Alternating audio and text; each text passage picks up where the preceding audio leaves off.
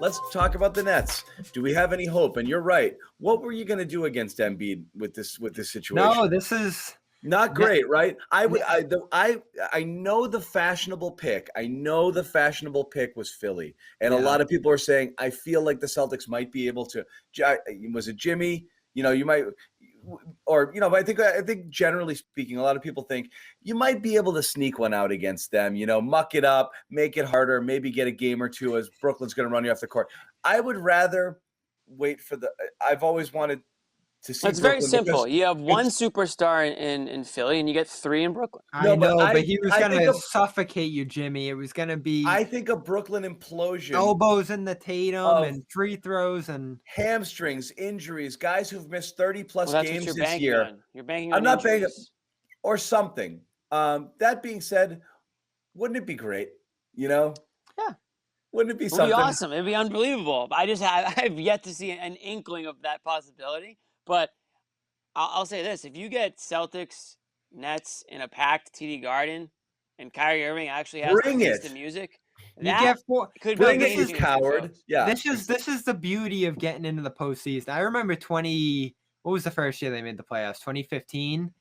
You knew they had no chance against Cleveland that year.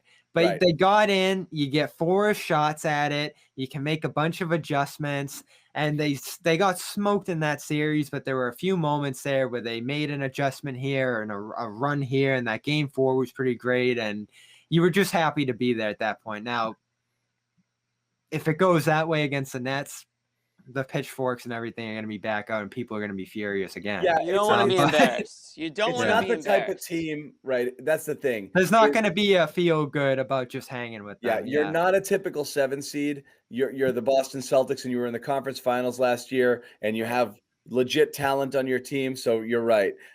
Moral victories or blah. I mean, it's still going to be pretty freaking embarrassing to get swept in a very bad manner. So. And I hate to say it. I mean, it's hard. Listen, I don't need time to make my prediction because I said it over the weekend. They're going to get swept by this team. That's in 3. Yeah, they're going to get swept. I don't know.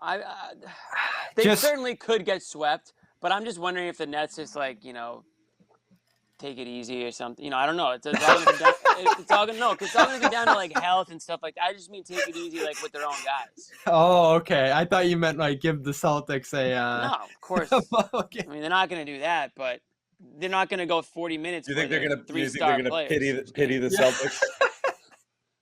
I don't think Kyrie's going to do that, but.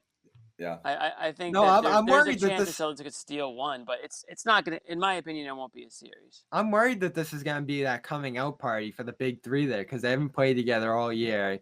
All of a sudden, it's gonna be Durant flying over your head and Harden hitting his step backs and Kyrie dribbling all over the place. Like you saw the game over the weekend against the Cavs. It was. And that's not even to mention what Blake Griffin's been doing and what Bruce Brown brings in a toughness role and all their shooters off the bench, Jeff Green. You look at this team and you talk about their big 3. Like what impressed me most about them coming into this year was their incredible depth. They have centers, they have shooters, they have defenders. You know what I want to see? Everything. You know what I want to see? Okay, Celtics haven't done it really this year. What I want to see is a Kurt Rambis situation in Game 1. I want to see. I want to see Tristan to take somebody out. Want to see. You know who it is? It's Neesmith.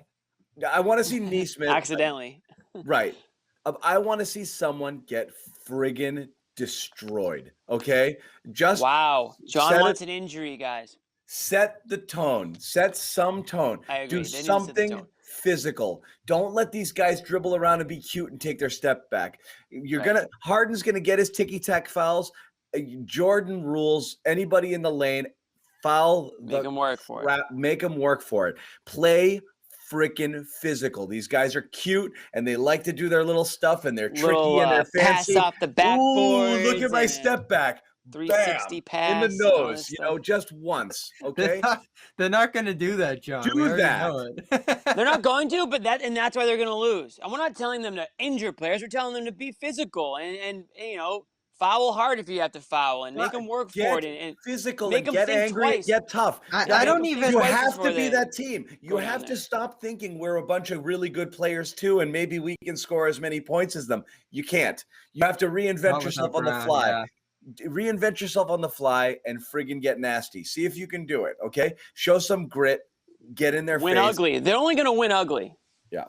Tatum and some of Kemba are the only two players that can just kind of score pretty. Nobody else can. They're not going to win that way. So they're going to have to win ugly. They're going to have to outwork the other team, fight hard, Neesmith's going to kill. Fight for pucks in the corner, that type of a game. I want Neesmith to watch some friggin' Washington Capitals regular season hockey, follow number 43 around, Tom Wilson, okay? Yep. Check it out. See what he does.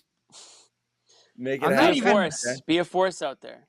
I'm not even going to go that far. I just want to see them answer runs, stay in it, make plays consistently, keep it close throughout. I was so disappointed by that third game.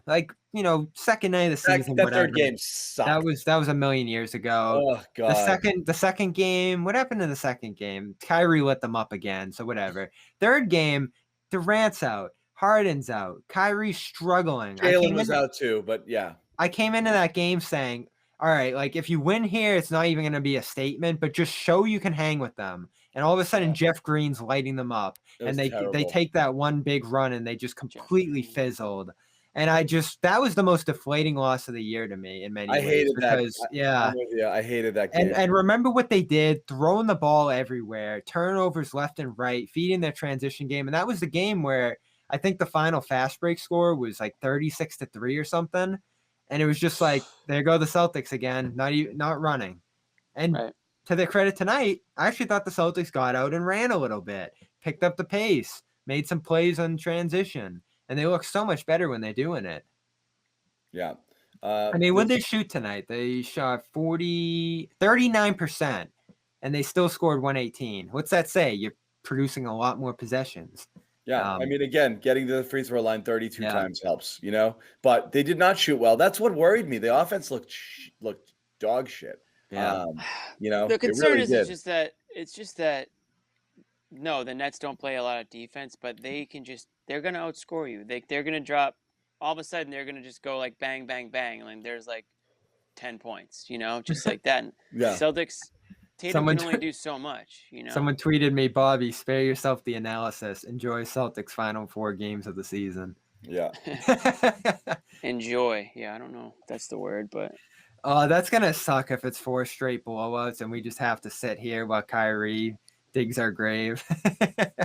It'd be nice to get a couple against him because Kyrie has just had their number, man. He's just an unreal player. And when he plays the Celtics for whatever, for a lot of reasons, I guess, he just makes sure that it's not even about hating. It's not even about hating Kyrie or just shaking your head every time he says something. It's just the notion that he left the team because he didn't think you were good enough. He went to the Nets because he thought they were better. So you're going to sit here as Tatum. Well, Brown's gone at this point, but Smart, these guys. And you're just going to be he outplayed us again. Let's shake hands and move on. That was kind of the demeanor they went into these games with all season. And I heard people on the radio saying this too today, and I actually agree with that. I don't know if you want to call it a hot take or whatever it is that they're shaking hands, buddying up with Kyrie. It's the playoffs now. You can't go game 1. Hey, you beat us. Game 2. Oh, you got me again. Game 3. Hey, another nice one, Kyrie. You can't. And after tonight, you had Tatum and Beal. If I'm the Wizards and I just lost that game, I don't really want to see Beal, laughing it up with Tatum. Yeah, but it's one game on you. If it's a series, game in and game out. They just beat him. I hate that. I hate it. It's ridiculous. Do that stuff. I don't think you'll see that. But to answer your question, Bobby, I don't think you're going to see that in games 1, 2, and 3.